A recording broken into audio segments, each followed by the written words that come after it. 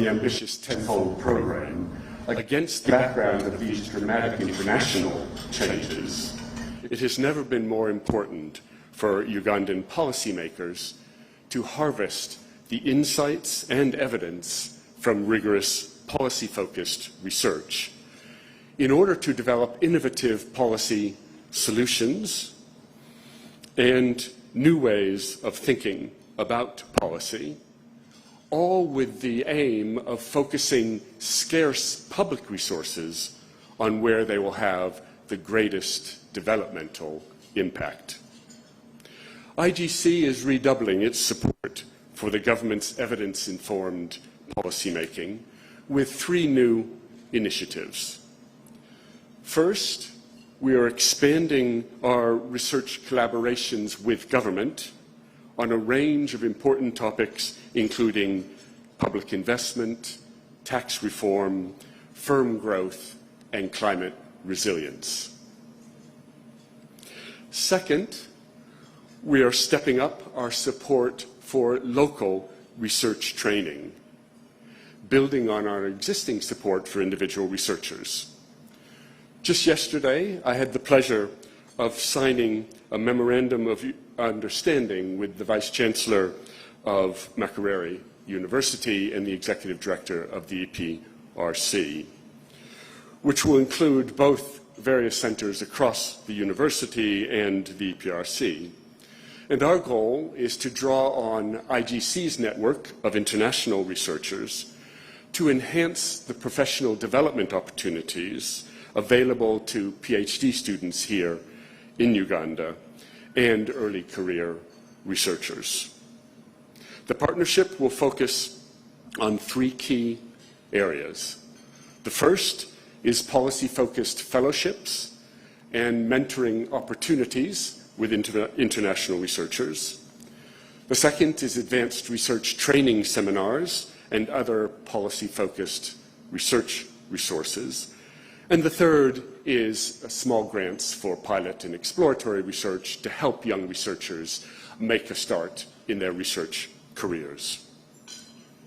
Thirdly, we have started conversations with government on a potential new joint data initiative to enhance data science and artificial intelligence capabilities in government with the goal of improving policy and enhancing service delivery.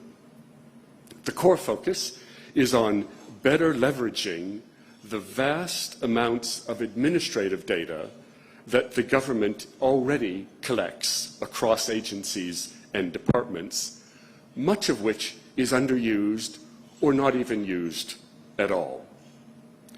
But enhancing data science and AI capabilities will also enable government to make use of newer data sources such as satellite imagery and mobile phone and payment data. Combining these new sources of data with administrative data can, for example, help government to rethink social protection and to ensure that social protection spending and infrastructure spending is targeted on communities that will suffer the most from the damages of climate change. And this exercise here in Uganda will be informed by a pilot we're already undertaking in Zambia called the Zambia Evidence Lab, which has been set up with the support of the President and the Minister of Finance in Zambia. Today and tomorrow, as we meet and talk between sessions and over coffee, I invite you to come talk with me and my colleagues Richard and others from the IGC about ideas for collaboration. Collaboration is deep in the genetics of the IGC because we realize that effective policy research can't come just from academia alone. Effective policy research involves bringing together stakeholders and learning from each other about what the right policy solutions might be. In closing, let me say thanks to the Minister of Finance and the PSST for their support for this conference, but much more broadly and over a long period of time, their support for the IGC. They have been an exceptional partner in our 14 years working here in Uganda. I also want to thank the UK FCDO and the staff here of the British High Commission who have been unfailingly supportive of the IGC and its programs across Africa and Asia, but very importantly here in Uganda as well. So thank you to all for joining us, and welcome.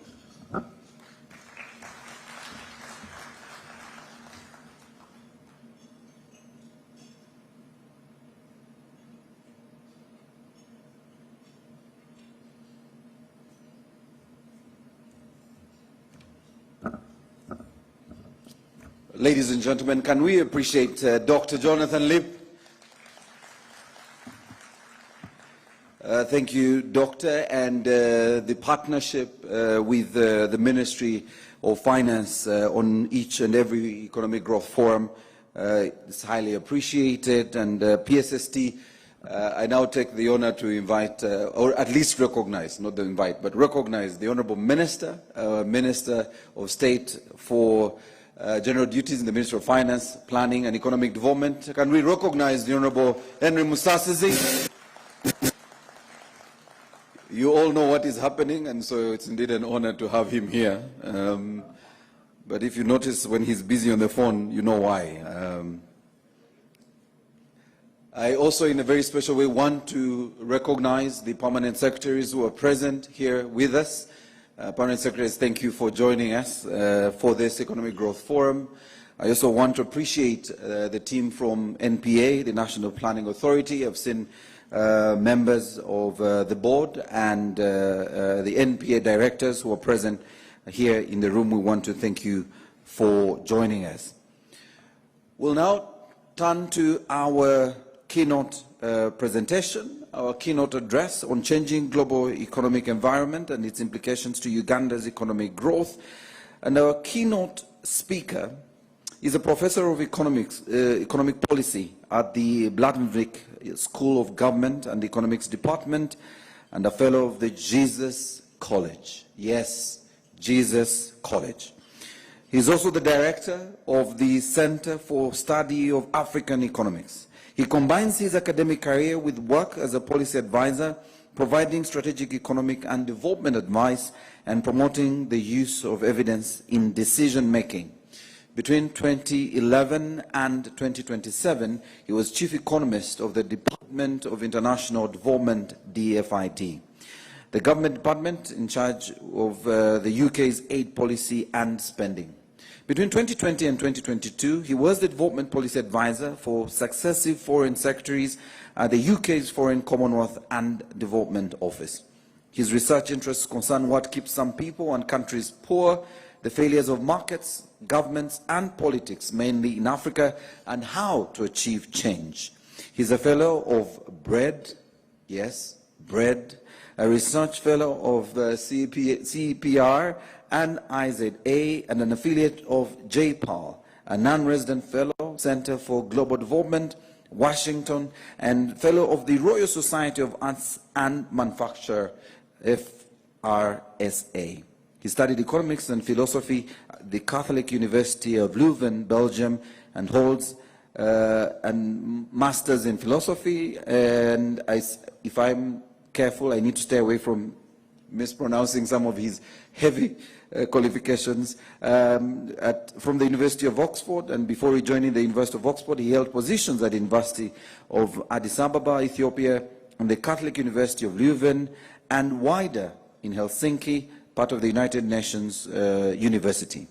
In 2018, the Queen awarded him an honorary companion of the Most Distinguished Order of St. Michael and St. George, CMG, for services to economics and international development. Ladies and gentlemen, welcome with me Professor Stéphane Decombe.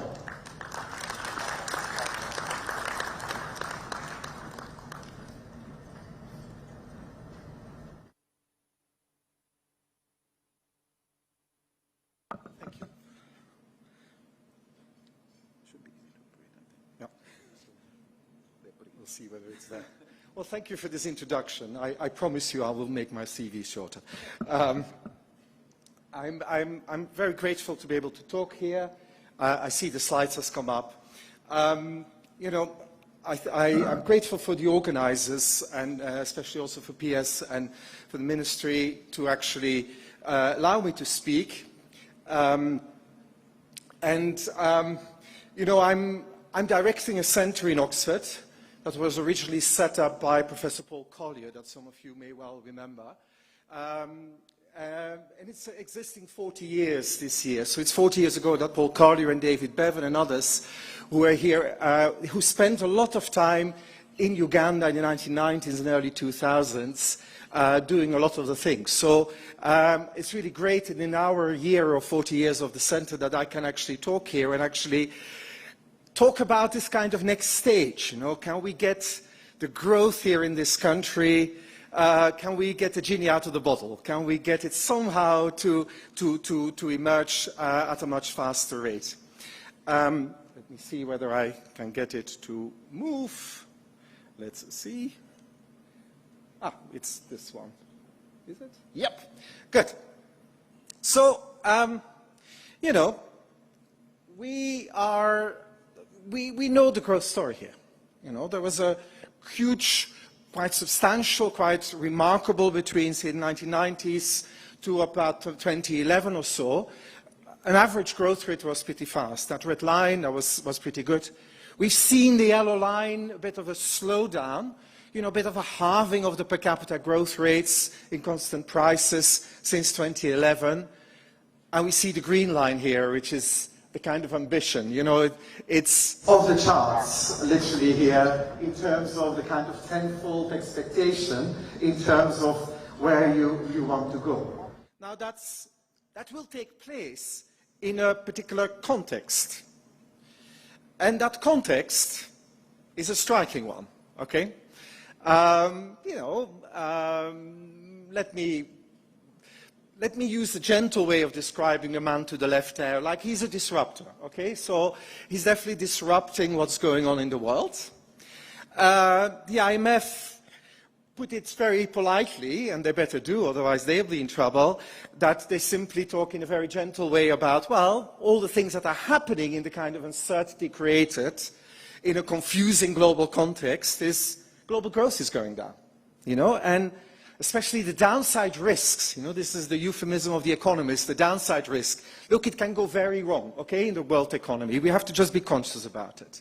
Because major policy shifts are appearing, growth expectations are scaled down, and that includes the continent. You know, the sub-Saharan Africa will also be affected by it. Now, we also see tariffs emerging, but actually finance flows that are that we got used to are drying up, you know.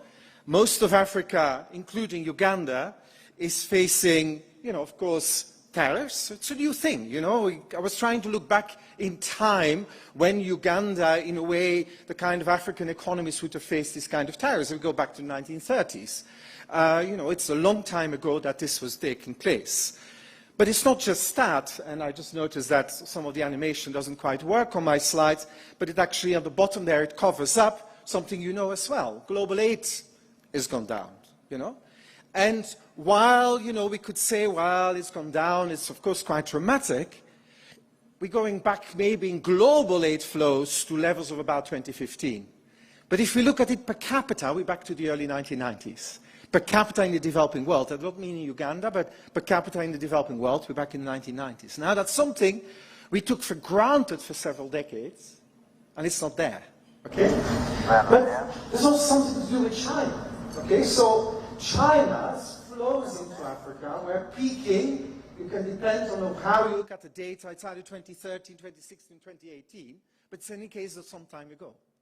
The net flows after repayments turned negative after 22. So the net flows into Africa from China were actually negative, and even though it's picked up in 2024, Paribas PNB, the bank actually, its estimates is, the data are always a bit tricky, it actually is still negative now, even though it's picked up in new disbursements, but because maturities were short, it's actually negative probably at the moment as well. And the short maturities, of course, are one of the issues here. But, you know, there's some good news on the horizon. It starts growing soon. You know, it took a while. You know, it took a while, but it will flow. I mean, oil will begin to flow. 26 probably. It's that when we think we'll get some new resources. So in that environment, so my questions I want to ask though is about, you know, a number of questions here. You know, what does that uncertainty mean actually for what you should be doing as a country or sub-Saharan Africa as countries? What can they actually do? Okay? And what do other countries' experience tell us about how growth can be financed? And then also, it's a bit like, you know, what do accountants tell us? I'll explain that a little bit about what's been happening in recent times. And what does that mean for this ambition that we have at the moment? Okay? So let me briefly talk about growth in a certain way. Okay? So it's easy to just remind you how remarkable the period we've had since the 1990s. Okay? So, and it was globalization. And I'm talking about globally in terms of lower income, lower middle income countries. You know, it was quite a remarkable period. You know, we saw the emergence of a huge amount of economies despite a global system that is not really in favor of global south. There were quite a lot of countries that took really advantage of opportunities. It's largely in Asia, not all lower income countries, and for a country like Uganda, which I will say, and I will come back to it, did try to do its best. You know, did reasonable things. Probably didn't help that Tanzania and Kenya wasn't growing very fast because, you know, you're landlocked place, and it definitely didn't help that Mombasa is not Singapore, you know. Mombasa and Singapore, whereas ports very similar in the 1950s, and we see that slight difference in evolution. So, you know, neighborhoods matter, and, you know, if Uganda, what it was doing, had been not far from Singapore, I know the growth would have been higher. But that's the way it is, you know. You can't change your position here and so on. What did the countries that were successful do? They did lots of different things. I have some flags there. You can see, and this is a bit of your pop quiz, you know, can you remember all the flags? But I have Indonesia, Bangladesh, and India there, not just Korea and China. And it's really helpful, and I'll talk a bit more about this variety of countries that took advantage, because they all are very different. They are not China and Korea. And okay, one message I will want to come across, you don't have that much to learn from China and Korea than sometimes people give the impression. There's other countries you have a lot to learn from that did really well in recent times. Okay? And I'll come back to that. But what they all did, and it's actually quite hard to get what is the commonality, because it actually is a relatively small amount of things. It's usually sensible macroeconomic management. There's no way that if you don't correct when the imbalances are there, that you can keep on going. And all these countries did that. They had good enough economic governance, and I will say, look, they didn't have why nations fail kind of institutions. You know, the Nobel Prize winners, that unless you have the perfect institutions, nothing will happen. No, they didn't have that. You know, they were pretty messy places. But they were outward-oriented, and they took advantage of opportunities. And they took them when they came, and they took them in the way that they came. Okay? And they had a politics that was supportive. Not necessarily that they did it all by state-led development, and I'll come back to that. Bangladesh, Indonesia did not do state-led development, but they were pretty successful. But they had a politics that was very supportive for that, and that's an important thing. I'll come back to it.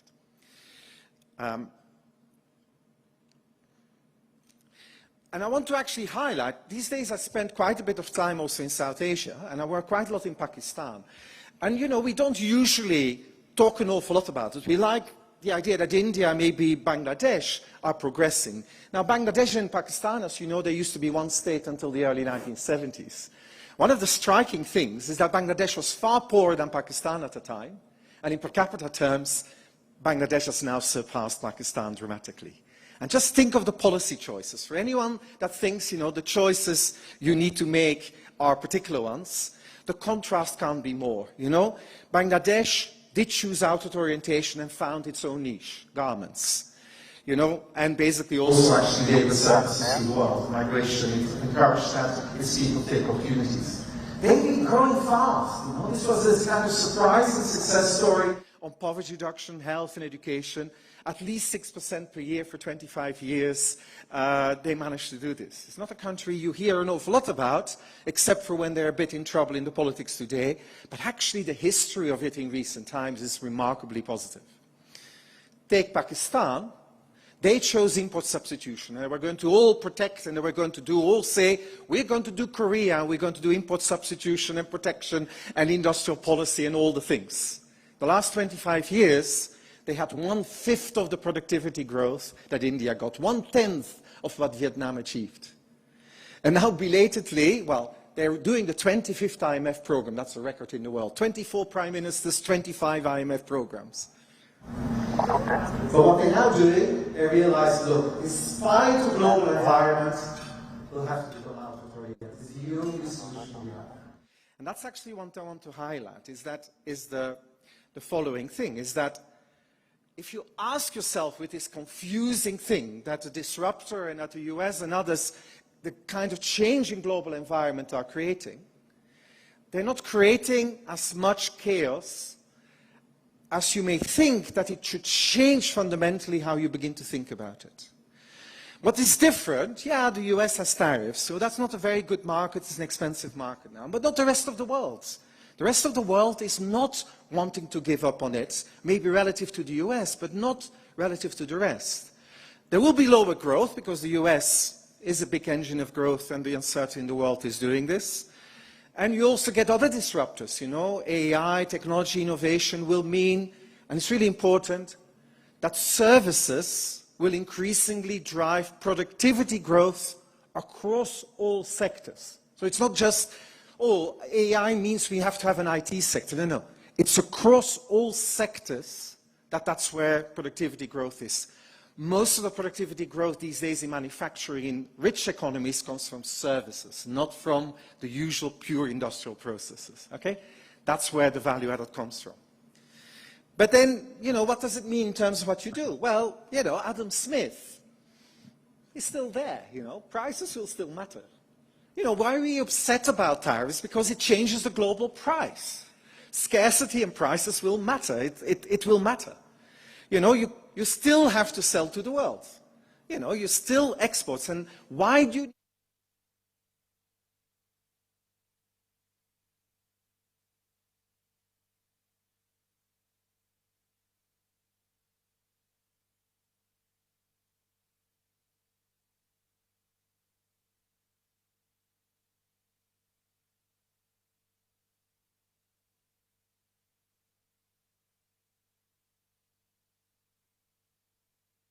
making crappy cars, and all the cars that climb the hills in Pakistan, they seem to be stalling.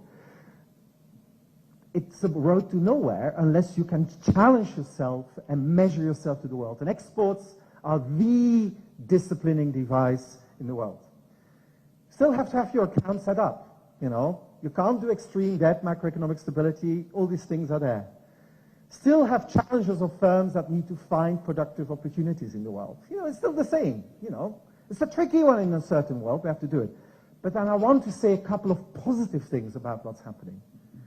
Okay, geopolitics will actually lead to forms of geoeconomics. But how do you respond as a business? And I spent my time here again talking to some business leaders. I say, well, you know, we built resilience. We did diversify our value chains. We are more smarter in what we do. Now think of it on the reverse. There's all these Asian companies that were betting on China, and the American companies that were in there, they need to diversify their value chains. Firms need to have more secure different things. So they need to not just bet on one, just on Vietnam or something. They have to, well, if Trump doesn't like Vietnam suddenly, then we're screwed. So they need to diversify. Actually, this is opportunities. When you talk in South Asia to business, they see nothing but opportunities from what's happening in the Chinese-US politics. You know, the flying geese may actually fly here at some point. You know, they may be coming here, but also all over. So there's opportunities, and this is the business mentality. Yeah, lots of stuff, but uncertainty is a time to make money. Uncertainty is a time to actually try to new things. So there are opportunities, and don't just think, oh, we'll just need to go a bit like looking inwards now because the rest of the world is not there anymore. No, yeah, have to be smart, and it's harder, and so on. But there are opportunities. So what are the lessons for me that's the first point I want to make. Growth engines were quite straightforward during this age of globalization. You export, you have very few barriers, at least in tariff sense, maybe non-tariff were there. Yeah, Africa should have done its own internal liberalization much faster, and hopefully it will do it, because it will give the opportunities also within the continent to do this. But it will be a bit harder. Okay, it's harder, it's more uncertain. Okay, so it's true. It will be harder. But the old truths still matter. You'll have to sell to the world as your pure disciplining device in terms of discipline. You need to keep on focusing on firm productivity. Prices will still matter. Macroeconomic management will be important, and all these things. And, you know, I've been spending a lot of time in Pakistan, also talk to policymakers, and we've been breaking our heads over, okay, for an economy that is relatively small in global terms, like yours, you have an alternative. You do not have an alternative. You have to actually, you know, maybe China can, India can, it's probably about it. You don't have to, you have to keep on. Of course, you need a disciplining device. And it's an economic disciplining device. Now, you know, this is an interesting story on Bangladesh. Very export-oriented. They never had really their macroeconomy. They didn't want overvaluation of the exchange rate. They didn't want their cost structures to go wrong. It provided the ammunition for governor of central bank to actually say, look, disciplining device, we need to remain sensible. We can't get the fiscal and the monetary to derail, which is helpful in any political setting, okay? Think of what Trump is doing with the Fed. And immediately we're expecting inflation in the world to go up, or at least in the US, because the disciplining device is trying to remove it there. So you kind of think of it, so there. And the export orientation is there, is really a helpful part. But I have one important thing, and I'll come back to that. You know, over the years, you know, sometimes say, well, what have I learned in economics? And definitely in more practical economics, I've learned that most of the time supply doesn't create demand. You know? It also means export supply doesn't create export demand. It's key to have buyers. If you want to export, you need to find people that want to buy your things. Simply saying that you're going to export a particular product that has its value added or whatever, and they will buy it, no, buyers are central. Bangladesh managed to build its garment industry because there were buyers for the garments, and they spent a lot of time doing it. When Ethiopia was trying to attack textile investors, it was always focusing on who will buy the stuff. Will there be the contract in place before we start doing the value addition? And that's an important part as well. Anyway, I have a second point. I have 3 points really. The second point is about what does the current environment tell us about how can we finance growth? And of course, I've alluded already, lower rate flows, lower credit flows from China. Not sure you can bank it in the same way as before, but you have your natural resources. So the first thing is that, you know, it's a very striking thing when I go across traveling also in different countries, talk to different ministries and economic observers. You know, yeah, the aids, probably some of the people that are most upset with the reduction in the aid flows to start with is probably central bank governors and finance ministers. Because actually, that's where it's very visible. Suddenly, you know, aid was a very important part of keeping your macro stability as well, because you had some guaranteed piece of money that you can actually have. And that was actually there, okay? Now when that goes away, the pressure is on, okay? We need, and Uganda recognizes it, you need more savings in different forms. That means private savings, taxation, foreign flows, foreign savings. You need to find ways of doing it. And the pressure is on to allocate it sensibly. Okay? Now, one form of, at least I've seen from balance of payments or foreign flows, that's probably best for the economy, is FDI, joint ventures. You have some pretty good things, you know. I was hearing stories again about the success of flooring steel, you know, the flooring, interesting, this Japanese partner, and they seem to be still expanding.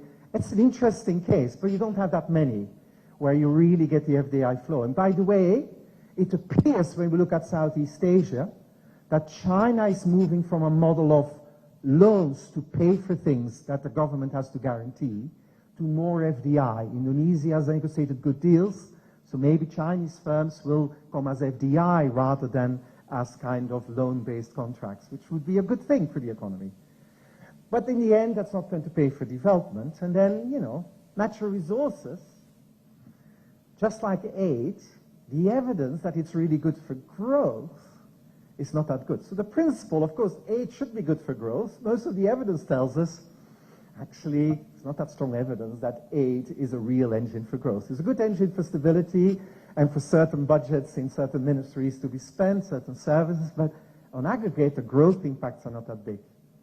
Actually, and I want to briefly talk about natural resources has the same kind of feature. In fact, a lot of the things I'll talk about originally was also work by Paul Collier and David Bevan, including in this country, on some of these things. So, I don't have good news to start with, and I want to emphasize this. When you look across the continent, and actually almost across the world, anyone who discovers natural resources ends up growing slower. Okay? It's one of these things. The World Bank did a review over the resources and basically says virtually everywhere, because growth became too dependent on commodity prices, and if commodity prices fell, growth fell off. Economies failed to diversify, and actually more and more we're going to get a concentration in extreme poverty in natural resource-rich economies in Africa. Now, I'm not saying that's therefore you will be there with it, but just it's a word of warning, and it's worth analyzing this a little bit further.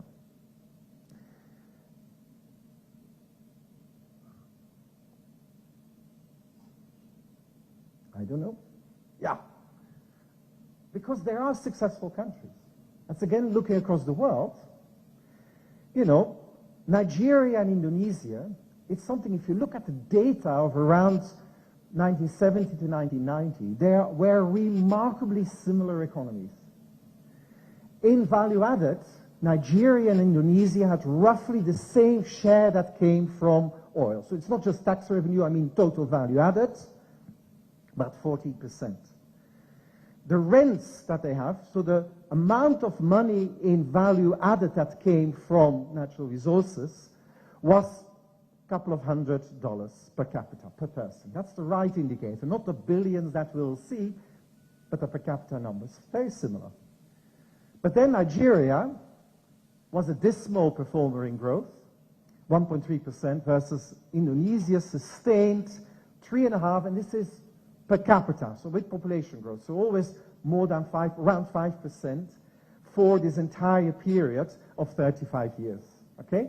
Now, Indonesia actually goes further. It's probably done this for 50 years, managing to keep its growth going, okay? Remarkable with a few years of exception, but average growth rate's pretty high. And we see the diversification. Nigeria, it's still at least 80% is natural resource exports. And Indonesia has diversified to actually a majority is non-natural resources. So I want to tell you a little bit more about Indonesia in a moment, because it's something to learn from what they did. Because the usual answer says growth is affected because of Dutch disease. You know, there's plenty of economists here. You will have heard the stories, overvaluation of the exchange rate. Yeah, your central bank governor should definitely be allowed to make sure it doesn't happen too much.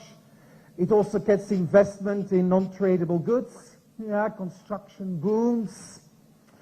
Bit worried about them here as well, that it's a lot of the growth seems to come from construction. It's a usual effect because it's non-tradable. It's a usual effect from Dutch disease side things. Not really the tradable sectors that can sell to the world, but the non-tradable sectors that are within your economy that are not trading the world. You know that, and it undermines competitiveness, undermines productivity, undermines innovation. That's what we know. Okay, but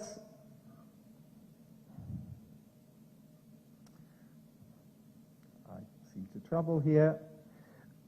It's an important thing to actually analyze this a little bit further, because we say a lot of these African countries have a lot of natural resources. That's why we talk often about the continent. It's a natural resource-rich economy. Actually, I want to tell you, it isn't really. It isn't really as rich as sometimes people like to say it is. And these data help you to actually see this. You know, we have the growth rates for a whole series of countries. We have the natural resource rent as a share of GDP. Yes, it is substantial in the Angolas, in Algeria, in Congo, Brazzaville, in the Democratic Republic, and so on. Nigeria, 14%, directly natural resource rents there. And it's true that it's a crucial part of their economies. And it looks like that's big. But if you look at the actual value of the rents, what is that value? It's actually not that much. The high ones get us to about $800 per capita. Now, you're not going to be a high-income country if that's your basis of your wealth, $800 per capita. Most African countries have about $80 to about $200 per capita in value added. That's not that much, okay?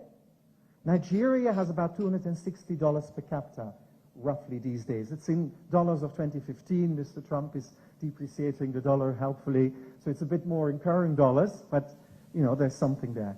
And I just want to contrast with the Middle Eastern countries, the real natural resource-rich economies. Look at these per capita numbers at the bottom right.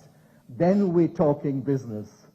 What else do we need to do? We have $27,000 per capita per year in natural resource rents. We have 15,000 in Kuwait, 18,000 or 19,000 almost in Saudi. That's richness. But a couple of hundred, that's not that much. Now, why do we, where are we getting at? And this is actually quite an important bit. I'll try to get to the next slide. Yeah. Sub-Saharan Africa, it's a much better way of saying we have not high levels of natural resources, we have medium levels. We have more than we then easily can ignore, but less to make us rich. Medium levels. Unlike the Middle Eastern economies. Even the Angolas, Algerias, that's still below 1,000. Even Botswana, it's probably about 1,000 before the diamond price collapsed. So why is it so hard to run this really well, to manage this really well? And so it's not about Dutch disease in itself. It's much more to do with the political economy of actually managing natural resources. So, you know, I wrote a book not so long ago, still available in Ugandan bookshops, that's actually a very simple thesis that if we have to understand countries like Indonesia or Bangladesh or China or Korea or Japan, you actually need to understand that they are different, say, relative to, say, Nigeria, because somehow or another they managed to forge a strong shared commitment to growth and development, and I call it the elite, and I don't mean the traditional elite or whatever. I mean, there's a few of you here, senior bureaucrats, senior politicians, business leaders, some in the military, some journalists, you know, influential or relatively powerful people. Yeah? They need to really want to achieve it. Everyone around in the top layers of politics need to really want to try to achieve growth and development. And that's the key feature. It's this incredible commitment. By the way, that's the one thing you should learn from China. When Deng Xiaoping came to power with the reformers in '78, that's what they were really strong about. They all were going to succeed, and they all worked totally and incentivized everybody to deliver. That's how it worked. It's nothing to do with the nitty-gritty things. Then it was very context-specific. You can't do exactly what they did, but that's the key lesson what they had. That's the lesson about Korea, lesson of Japan, and actually also about Indonesia in the 1970s and so on. Now, why would the elite not choose growth? Maybe I can see that they don't choose necessarily deep development, but why wouldn't they choose growth? You know, the pie gets bigger. It's good for us. Actually, the key thing is there. If you look at why they choose it, it's usually not simply because they say, let's grow the pie and we'll all get richer. Because actually, it's a bit of a gamble. When you get growth, and you look across the world, when you get growth, you get disruption. New rich people emerge, new sectors emerge. Think of the US. Tech emerged totally out of nowhere and totally became the center of power. Power structures shifted. Look at a history of growth all over the world. New people emerge, new businesses, new powerful groups emerge, and so on. Growth is change. It's a form of disruption. If I'm an elite player, it's not the first thing I'll choose to do, because I can't easily control that. I don't know how to control really fast growth in an economy. Okay? And it's an important thing, this disruption important. So why would they do it? Well, if we look at the examples where it happens, it's usually about leaders like Lee Kuan Yew, like Deng Xiaoping, that look for legitimacy and legacy within their countries. Legitimacy and legacy-seeking behavior. Deng Xiaoping did it because he wanted the Communist Party to survive. If you read this, look at his readings, that's what was it about. The Communist Party had lost legitimacy under Mao. The impoverishment was so deep that they really were afraid. And you saw it. And growth created disruption. Tiananmen Square happened in '89. That's disruption. It changed new things. They kept the course because they wanted at all costs the Communist Party to survive.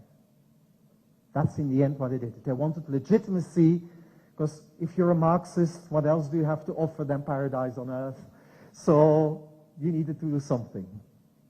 And that's in a way you should understand what was happening in many of these countries.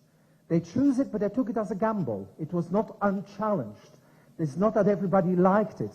Most of the time in most countries, serious reform is not liked by the people that have power and influence today in the economy. Because it disrupts, it creates competition, it creates new opportunities that challenges positions. Now, natural resources, where does that come in? That's a big challenge, actually, for growth. Because you create another reason why the elite shouldn't bother with growth. You create another reason because I don't need even growth to line my own pockets. I have resources. If I can control the natural resources, and that's of course why we see so much civil war and conflict in natural resources economies, because the only thing I need to do is controlling natural resources. Think of your neighbor in the DRC. You know, as long as I control the natural resources, that's all I need to do. As they famously said about diamonds, you only need a gun and a mobile phone, okay? That's all you need, because it's extremely easy. As long as I can control a mine, that's all I need to control, and I can be powerful.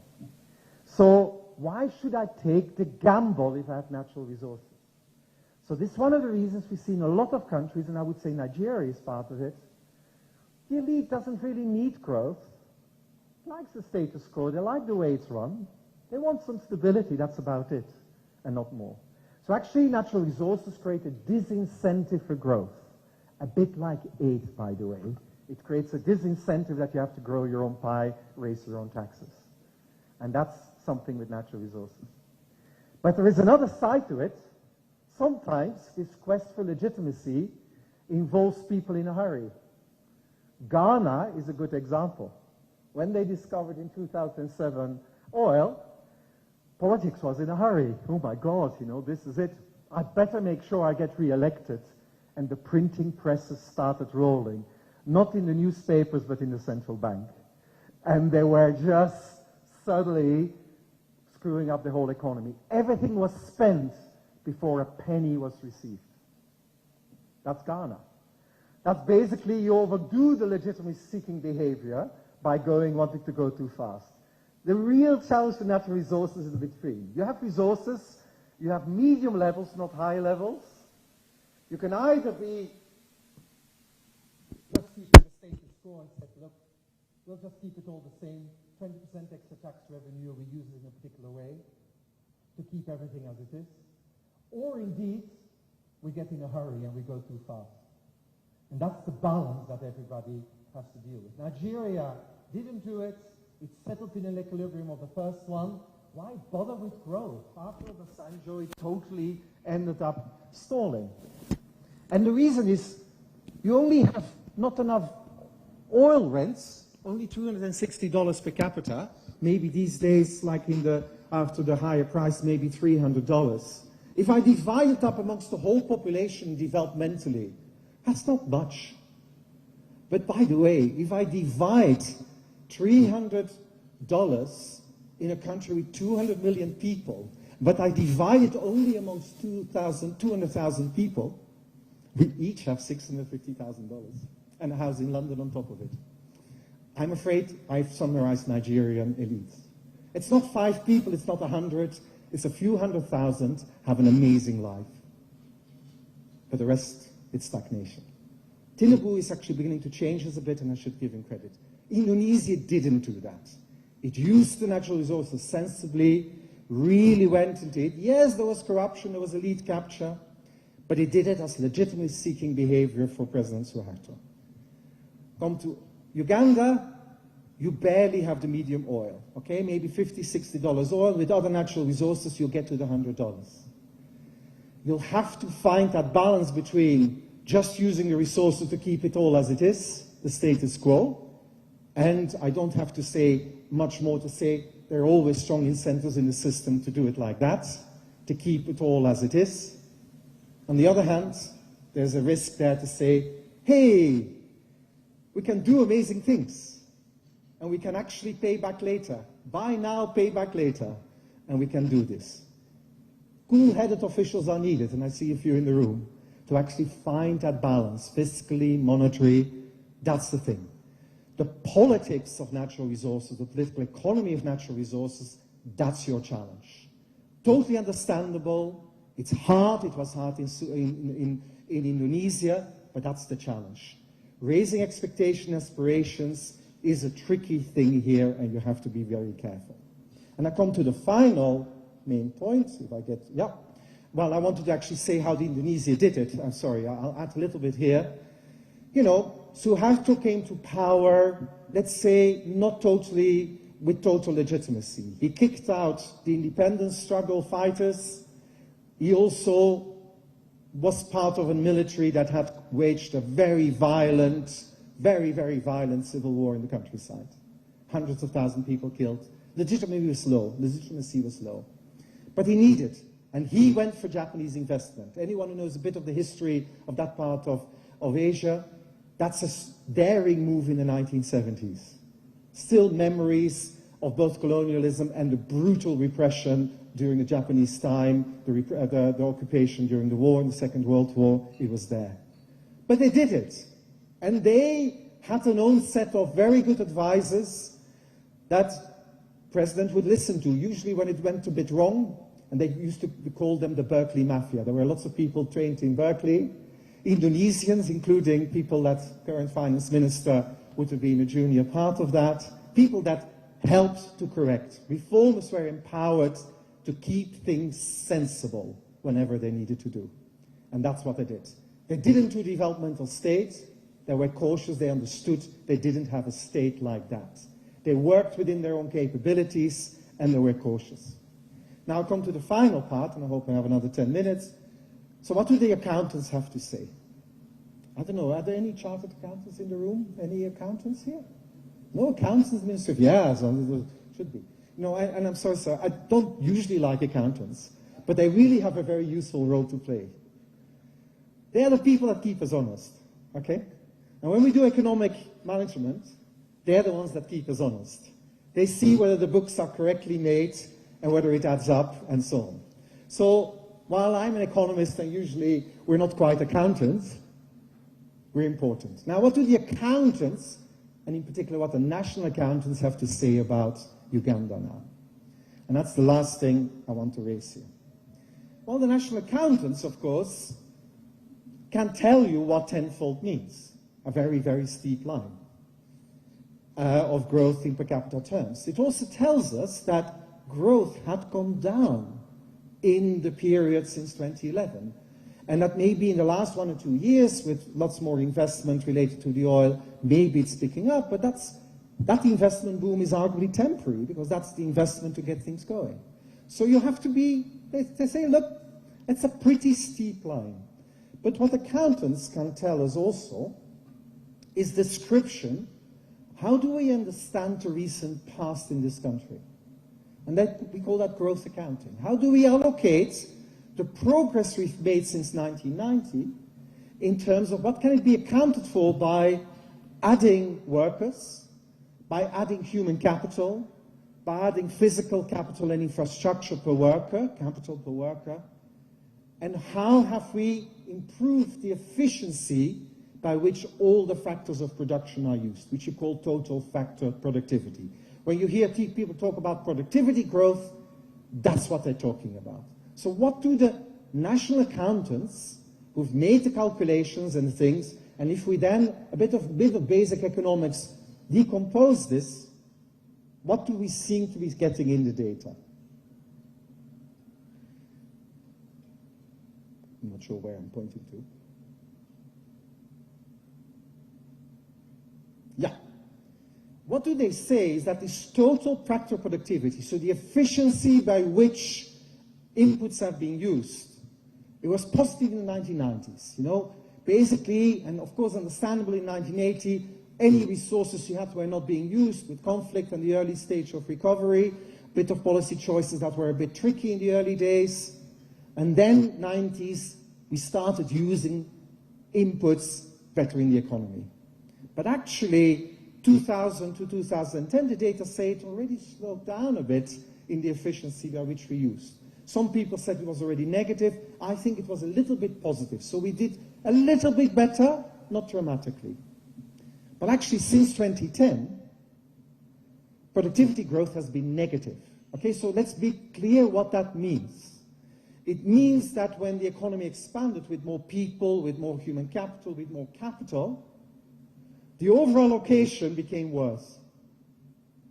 The economy grew because there were more factors of production, but the efficiency by which they were done. So we have a real efficiency reduction in the way that the economy has been operating. That's scary, okay? Because if you now want to look for your growth increases, whatever data you use, it will be at least half, maybe 80%, as some people calculated, will have to come from productivity growth. Now, if the recent history is one of decline of productivity, that's a big challenge. What is it suggestive of? It's suggestive of misallocations of factors of production. So they were added in places where there was not the best return. They were actually resulting in overall allocation less efficient. It does suggest, and I'll put it bluntly, it is suggestive of policy failures. The environment and the incentives were not conducive for the best allocation. Now that's tricky, okay? That's what the accountants tell us. That's not the economists. We just measure it and they tell us, doesn't look good. There's a massive thing you need to change. Can I have my slides back? Yeah. And now this is interesting. How do you change that? Well, lots of people say we're going to do industrial policy, okay? And this is where looking at different countries beyond just China and Korea is actually helpful. China and Korea did it indeed. They did it like a state really pushed for building productive capabilities. Did well, okay? These two very different states, but they did it. If you look at what Bangladesh and Indonesia did, they didn't do it like that. They actually did a much more limited role of the state. It was actually quite market-based. I remember the governor of the central bank in Bangladesh telling me, we're more Washington consensus than the IMF. Now, I'm not saying I recommend that, but it was interesting. They were much more market-oriented. They broke into the garment markets not with incredible amounts of industrial policy incentives. In fact, very little. A few bits and pieces, a few bottlenecks were overcome, that was it. Very different from Korea and China. Indonesia, similarly. They didn't do it like that. They did it far more. So there are multiple models possible. And the key difference is that why I so much like policymakers in Bangladesh and Indonesia is they understood they weren't Korea and China. They didn't have 1,000 years of history of a meritocratic state, 1,000 years of history of centralized taxation, 1,000 years of history of accountability in the whole system. If I ever going to do state-led development, I would have picked Korea and China, because I had a history of a state to step into it. Why do we have Southeast Asian developmental states and nowhere else in the world? Because they have a history of a strong capability of a state to deliver.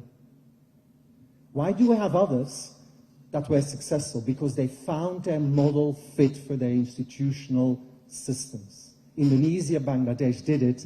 Pakistan failed. That's important. It's not necessarily you need to have a developmental state. You need to have a pragmatic state that understands the capabilities. Oops, I think I missed one slide here. I want to end here and say, okay, I am actually an optimist about Uganda. But I want to make sure I'm a pragmatic optimist. First of all, Uganda has done quite well. It actually has displayed, definitely in the 90s and 2010s, the first 10 years of this century, clearly a strong commitment to growth and development. I do worry that after 2011 or 2012 it waned a bit. But there is still something there. You know, peace and stability was quite central, relatively pragmatic states. Some of you work in the ministries that generally, globally, we recognize as pockets of excellence. Macro was pretty good, but micro-level implementation has always been a bit of a challenge. The state you have to work with here is not Korea, okay? It's more Bangladesh and Indonesia. Be careful, it's always harder. And a large part of the state doesn't quite get delivery well. We have some forms of accountability, meaning process of learning, external accountability, there's election processes in some form, politicians seek legitimacy. There's actually internally, which is probably more relevant in this room, quite limited accountability. You know, incentives, performance-related incentives, very strict criteria. You're not China, okay? You can't quite get that there. So, leads me to the last thing. Do I think you can deliver tenfold? Look, it has to start with big ambition. It has to start with it. Maybe threefold would have been easier for me, but let's say tenfold. Okay, good. Ambition is good. Aspirations are great. But you'll only deliver it if across all the echelons of those with power and influence, there is a genuine commitment. And without that, you're just not going to get there. You know? You can judge whether it's there or not, but it's going to be crucial. That's the underlying basic litmus test. Will they really want to succeed in it? Even if it disrupts and it creates new centers of power, new emerging businesses and so on. It's great to commit to value addition. Of course, productivity is about using the factors of productions more efficiently. But learn your lessons of negative productivity growth. The way you've done it in the past wasn't working. And you may well command that it should happen, but unfortunately, economics will tell us, and business leaders will tell us, nobody can be commanded to be productive. You actually make sure that it actually happens, and especially if you're going to sell it to somewhere, someone will want to buy it at a price that actually is profitable. So the realization of value added comes at the moment someone has paid for it, paid for the commodity. Basically, if you want to have export supply that is with value addition, go for your markets. Who will buy your stuff? And start from the demand side. Demand will create supply. Supply will not create demand. Really important. And then oil will give no new resources, but just keep a cool head, please. You know, you don't have much of it. And don't behave as if you have. And don't tell anyone that you have a lot. You have only medium levels, at best, maybe little to medium.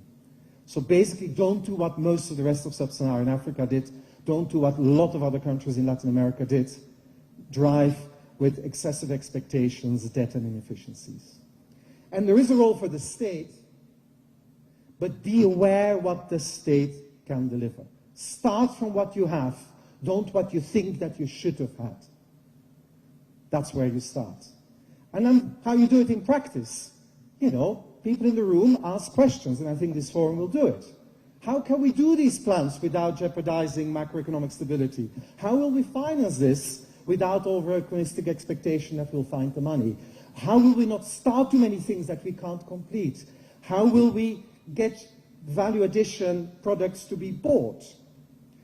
How can we make them competitive?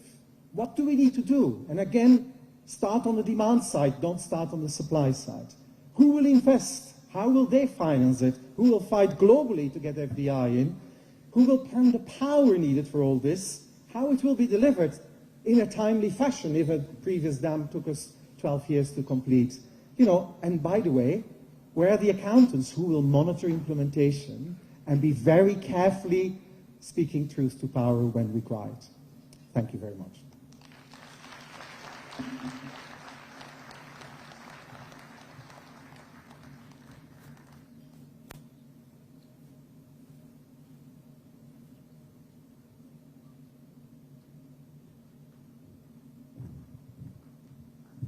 Thank you, Mr. Professor Stefan Dakon.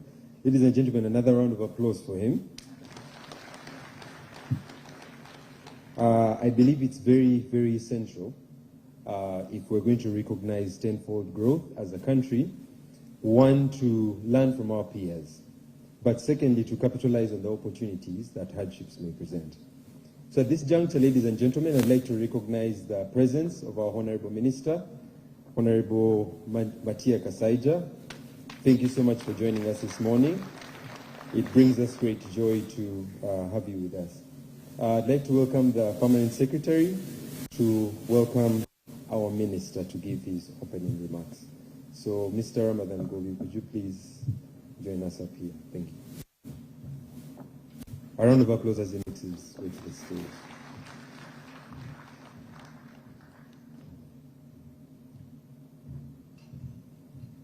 Honorable Minister, you are welcome.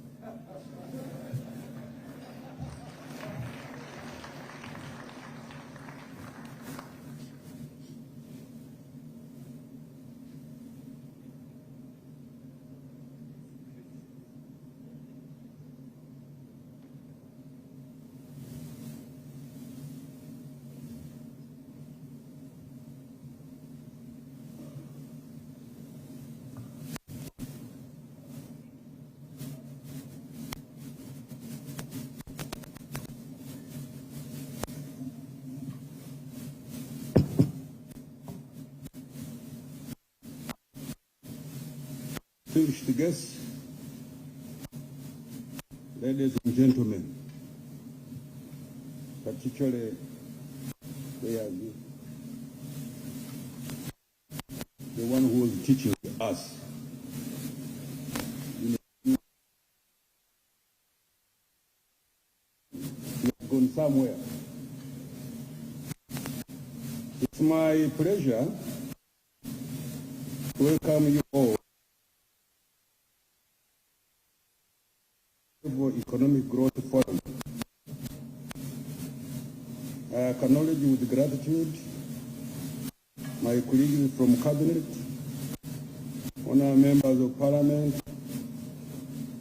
permanent secretaries, the Governor Bank of Uganda, leaders from the International Growth Center, representatives of the diplomatic missions, and all other stakeholders. And to all distinguished guests, ladies and gentlemen, you are most welcome.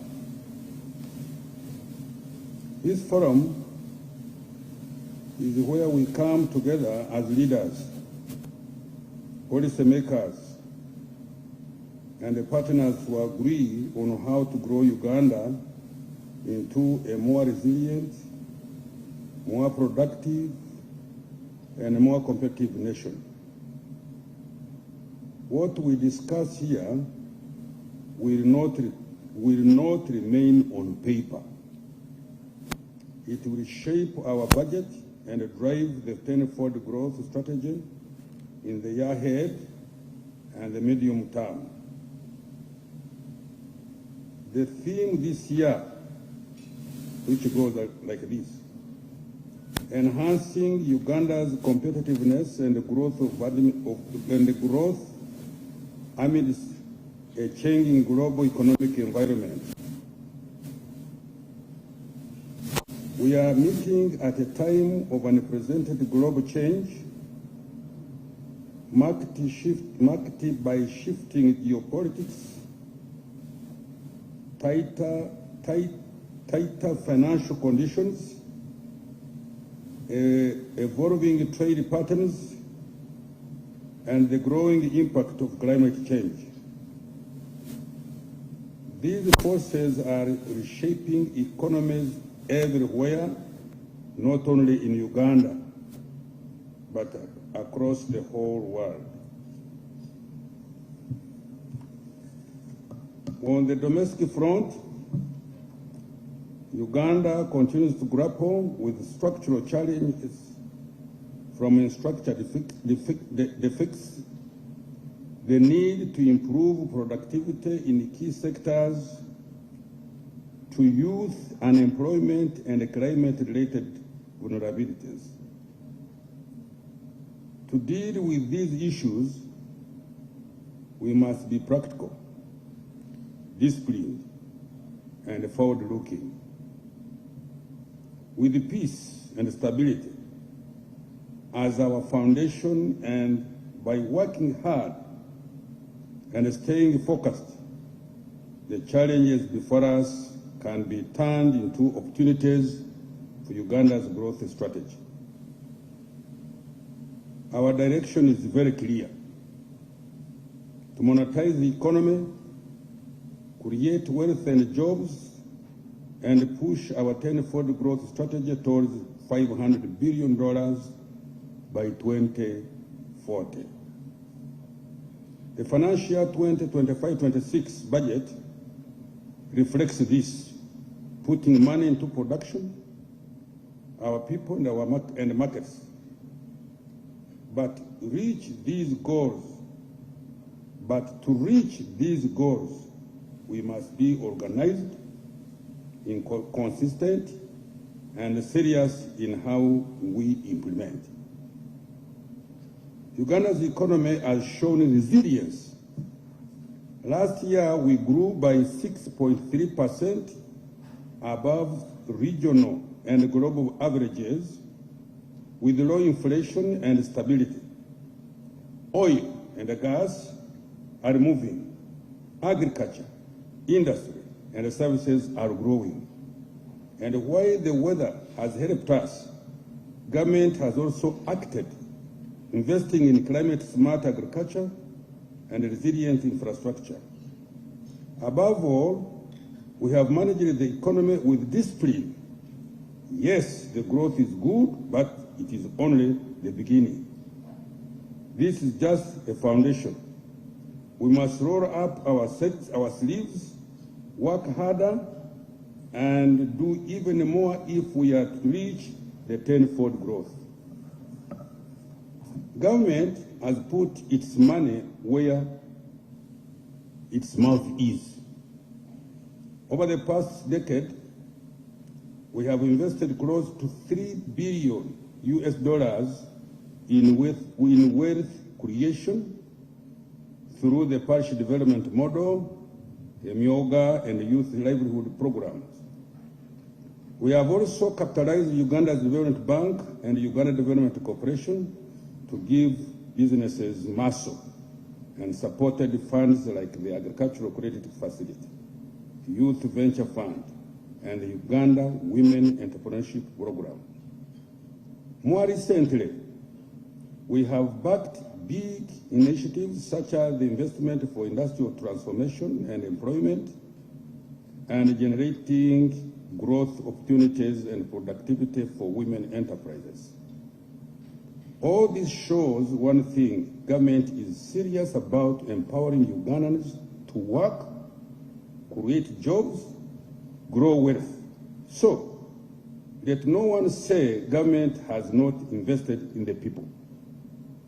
For these resources to bring real transformation, they must build stronger farms, modernize agriculture, tackle youth unemployment by creating decent jobs and enterprise.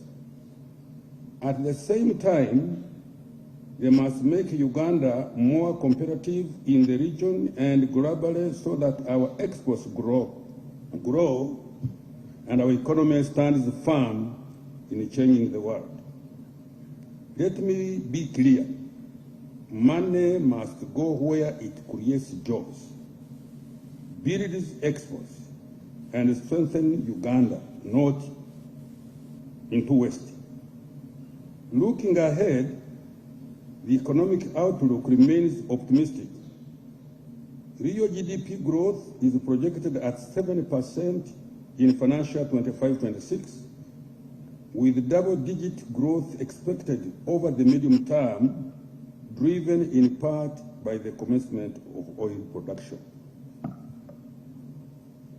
To keep Uganda growing in these uncertain times, we must stay balanced, take the opportunities, but protect our stability. We must use changes in trade, investment, and technology to push our tenfold strategy while keeping our finances in order. We cannot control geopolitics, but we can control our competitiveness. Supply chains are shifting, tariffs are rising, so Uganda must respond with speed. We must cut red tape, reduce the cost of doing business, and raise our standards so our goods can easily reach Africa and beyond. I believe this forum will show us clearly where the risks are, but more importantly, where the opportunities lie for us to reach tenfold growth. With the global financing tightening, Uganda must now look inward and raise our own revenue. Our tax to GDP is only 13%. This is far too low for a country that wants to grow the size of the economy tenfold. I have said this before, and I will repeat, we must live within our means. That means saving more, widening the tax base fairly, and making sure every shilling collected is put to good use. We must also look into the huge potential of mobilizing private savings through pensions, capital markets, and even our diaspora, so that Ugandan money builds Uganda. Indeed, this is the right forum to provide practical measures to raise revenue without impeding economic activity. No country, and certainly not Uganda, can develop on borrowed money alone.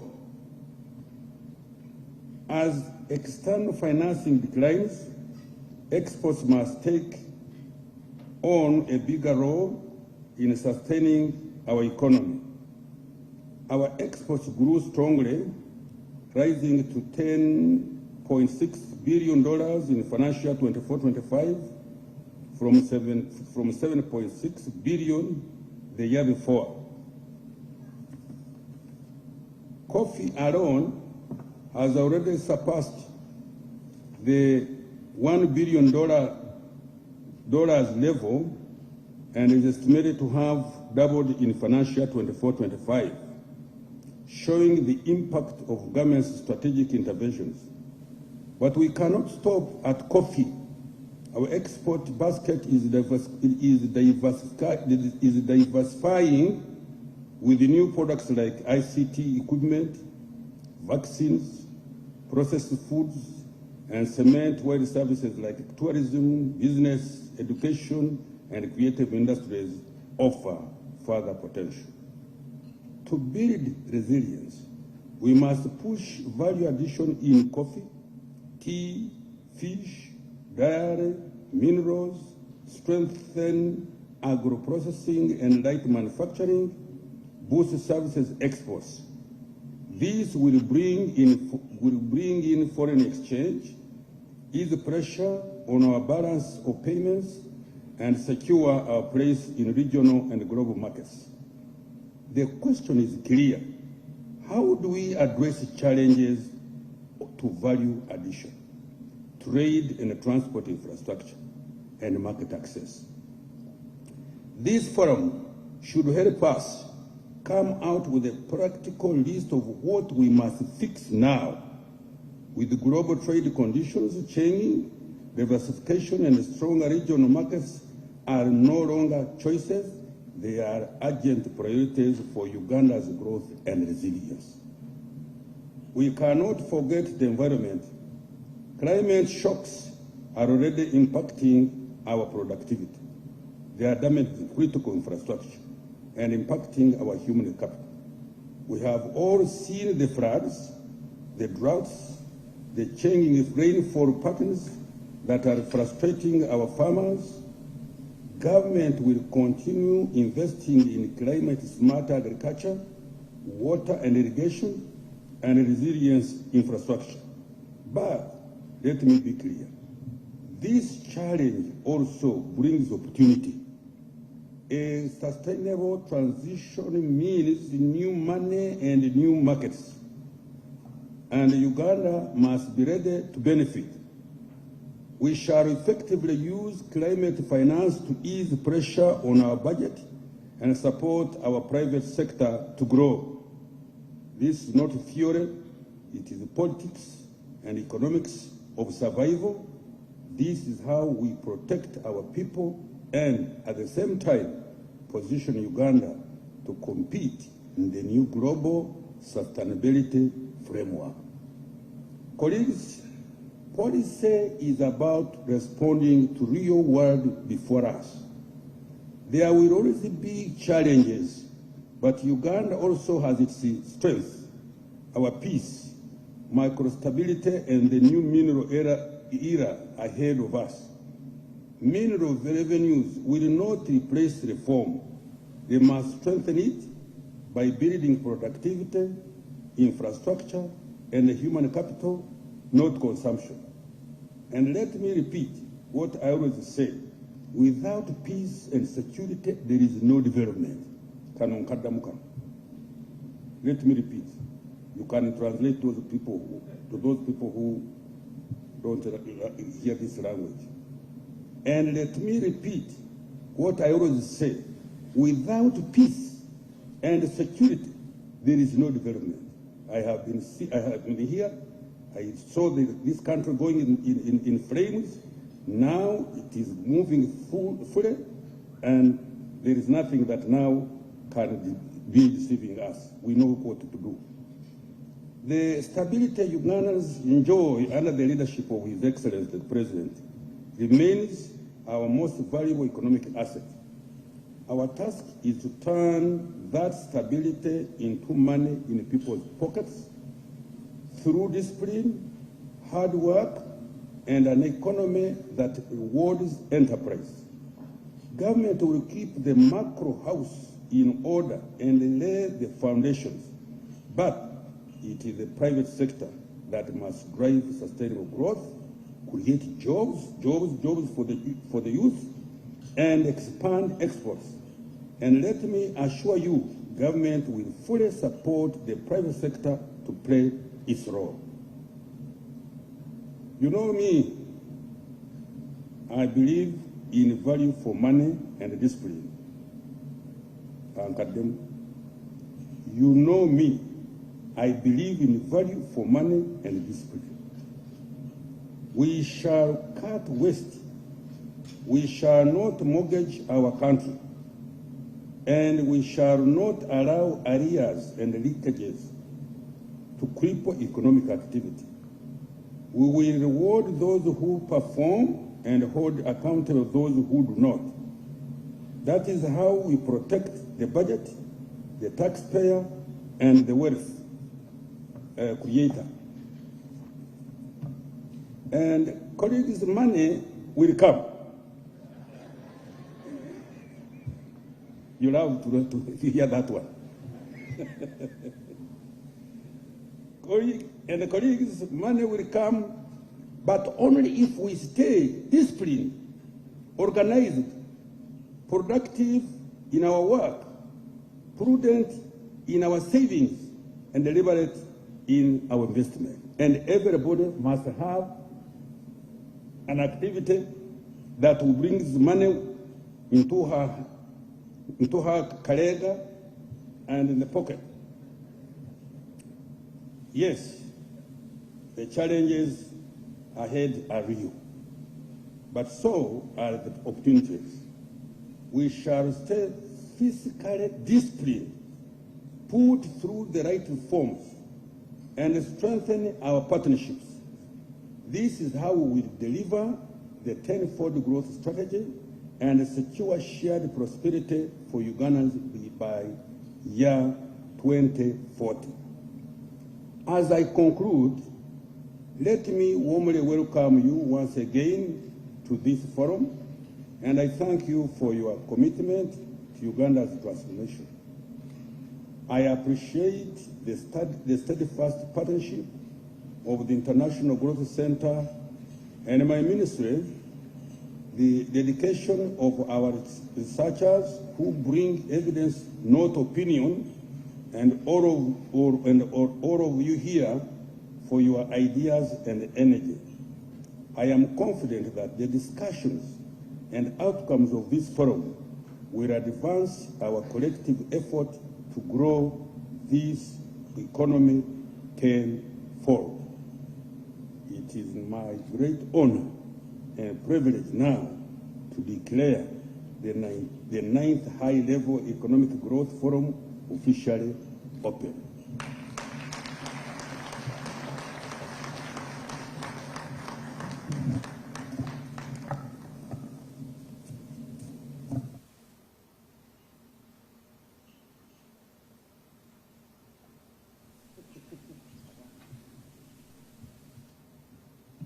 I believe our minister deserves a better hand than that. After reassuring us that money will come. Thank you so much, Honorable Minister, for those insightful opening remarks. I would like to thank you once again for taking time to join us this morning. As earlier introduced, my name is Timothy Kasozi. I'm the co-MC, and mine is simple. I'm going to usher us into our first session this morning on global economic dynamics and the prospects for Uganda's economic growth. Now, a preamble into that session. We are in an era defined by mounting global uncertainty driven by geopolitical trade tensions, climate-related disruptions, volatile capital markets, and a notable decline in development assistance. Uganda must recalibrate its development strategy to sustain and accelerate growth. Rising geopolitical tensions, shifting trade alignments, and a change to more inward-looking policies in major economies pose new challenges. This signals a world where developing countries like Uganda can no longer rely on predictable patterns of aid, trade, and investments. These trends pose significant risks, but also present a timely opportunity to rethink Uganda's growth strategy. This session is going to be chaired by our very own Permanent Secretary, Secretary to the Treasury, Ramadan Gobi. And a bit about him, for those of you that may not know, he is the Permanent Secretary to the Treasury at the Ministry of Finance, Planning and Economic Development. He has taught economics at several universities, particularly Makerere. Some of them may be visitors, PS. Let's tell them more about you. Oh, okay, sir. Thank you. Welcome, Mr. Thank you. Sorry, we need to save some time. We are behind time by a few minutes, and in the park there are introductions of several people who are going to speak.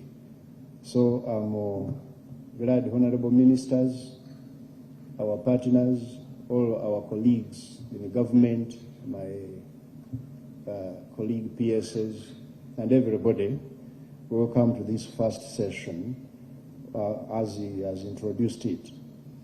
As you are aware already, we have been told For me, I've noted about 6 points from the previous speakers.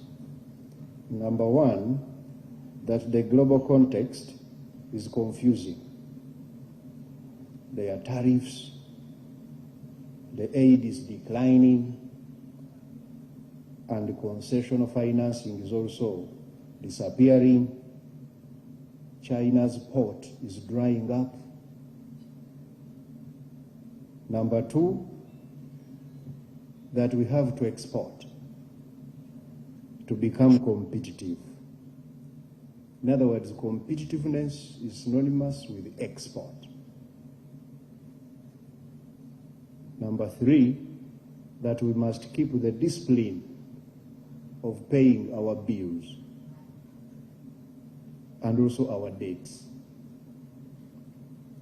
Number four, we must avoid investing our oil money in non-tradables. I think most of this is preaching to the converted, because as you know, Uganda, we've already escaped that. You know very well our frameworks and how long we have kept that oil in the ground until we have secured the best way of spending this money.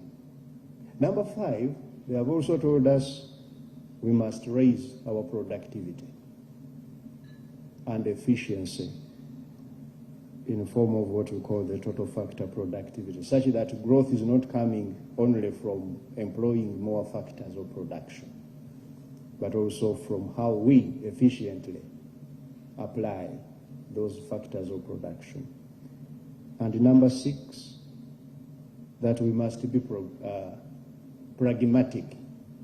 We must be pragmatic in deploying industrial policy so that we can achieve the tenfold growth, the tenfold growth target which we have set ourselves. Now, there could be so many other things said, but I think we could agree that that so far is what we have learned. Now we need to have a couple of people to maybe add on and make more sense of this. The first one is Moses Bekavie, to come and use 20 minutes. I'm going to be lethal on time, and tell us what more we can do in order for us to take advantage of this confusing global environment and grow our economy. Moses Bekavie is our advisor at the Ministry of Finance, Planning and Economic Development on macro issues. So Bekavie, you have 20 minutes. Then I will invite the other. I want him to first see what Bekavie is presenting in 20. Then he comes, and after that we sit here. Bekavie.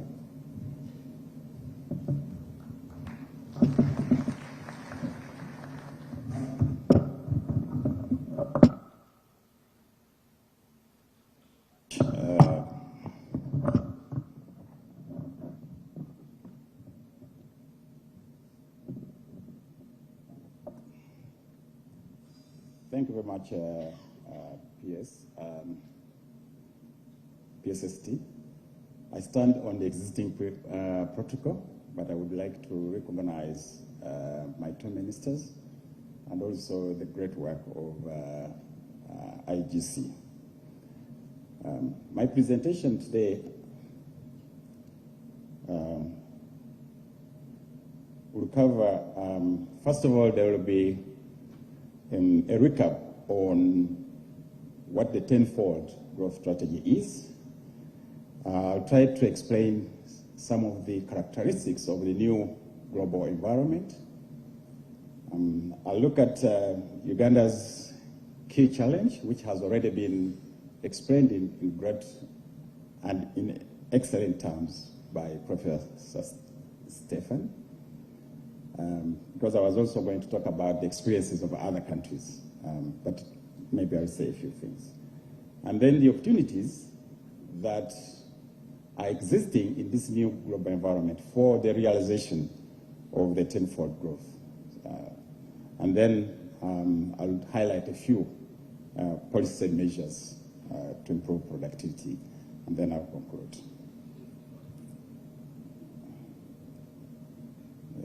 Just need to know how it works.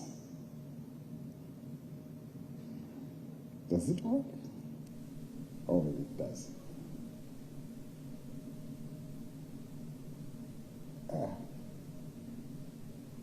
Okay.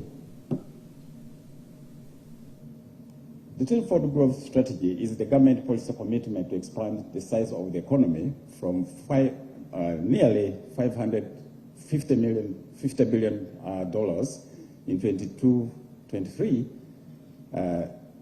to USD 500 billion by 2040. And that gives us a space of about 15 years. This will be driven by export growth, productivity growth, both in the public and the private sector, and also innovative financing. The anchor sectors are the ATMs, and I'm not going to elaborate on those ones. What does the tenfold really mean? It means shifting the growth curve from the 6% growth that we have achieved over the period to about 8% real economic growth. And it also means doubling the size of the economy every 5 years and increase per capita income significantly, increase savings, and also exports, especially middle high-tech exports, and also increase rapid accumulation of the stock of capital, including infrastructure. What are the key characteristics of the new global environment we are talking about? The global economy is characterized by several key features. And these include,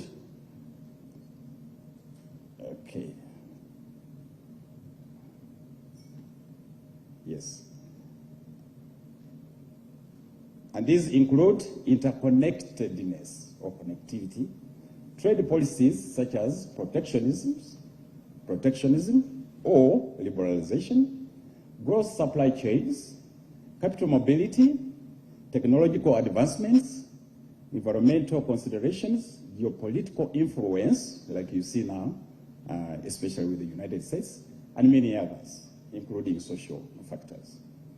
These characteristics create a dynamic and constantly evolving global landscape, influenced by a range of factors, including political, social, and technological changes. Economic globalization is driven by trade, capital flows, FDI, migration, and technology. These elements create opportunities for economic growth, both in developed and in developing countries.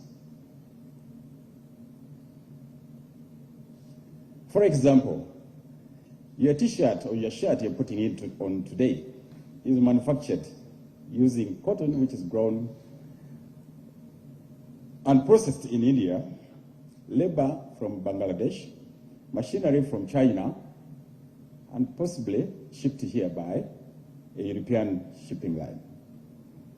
Therefore, it is a question of how each of these countries or agents are integrated in the global supply chain. What are the key challenges? What is the key challenge of Uganda's productivity? I think PS has talked about this, the Minister has talked about this, Professor Stephen has talked about this.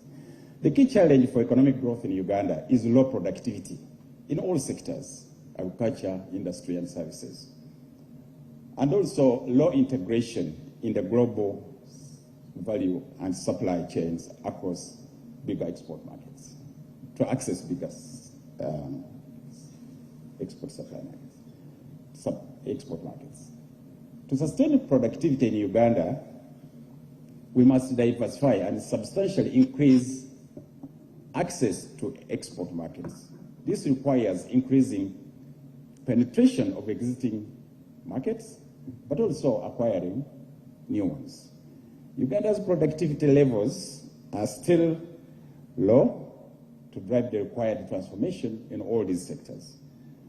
Rapidly growing economies are associated with productivity, and also those which are developing, as Professor Stephen has demonstrated, also are focusing on productivity growth, among others.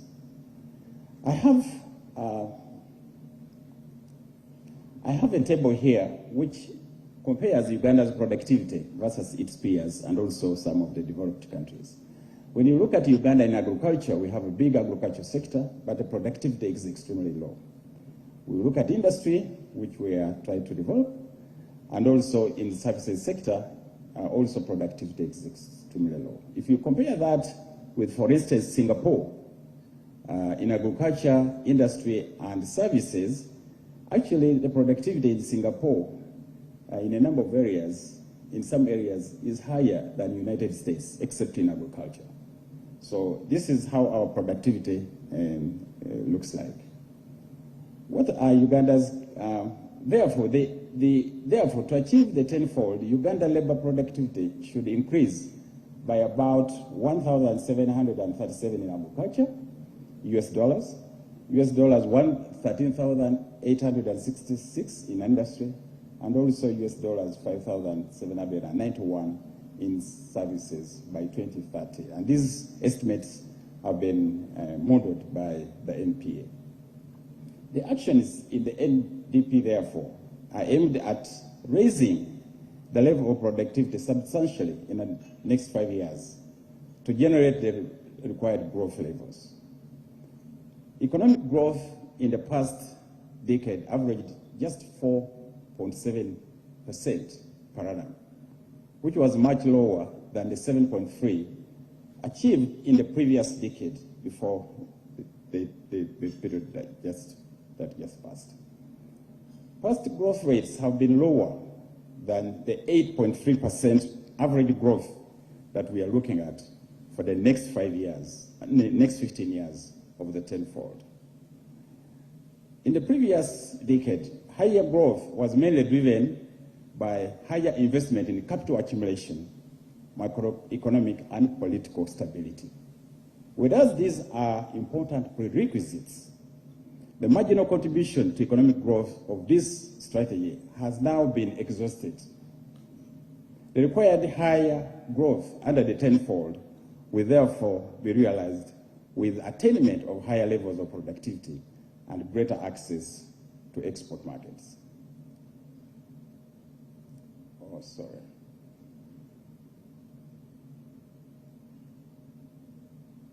The rapid development gains of the East Asian economies in the 90s, as Professor Stephen has said, it was more rapid output and productivity growth, higher rates of growth of manufactured exports with higher share of world exports to manufacturers, increasing from 9% in 1965 to about 21% in the 90s.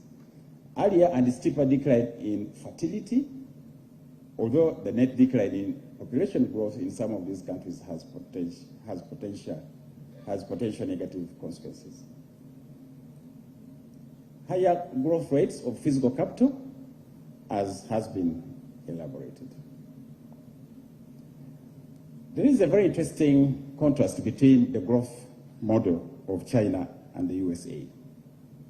Whereas China's past economic growth has been driven by capital accumulation, especially heavy investment in machinery, the growth in the United States has been anchored on productivity through innovation, which is technological advancement, efficiency as a result of competition,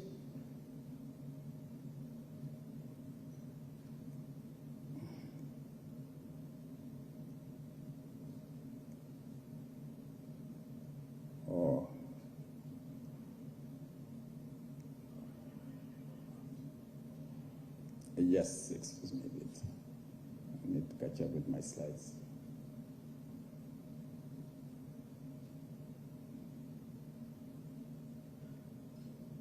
Yes.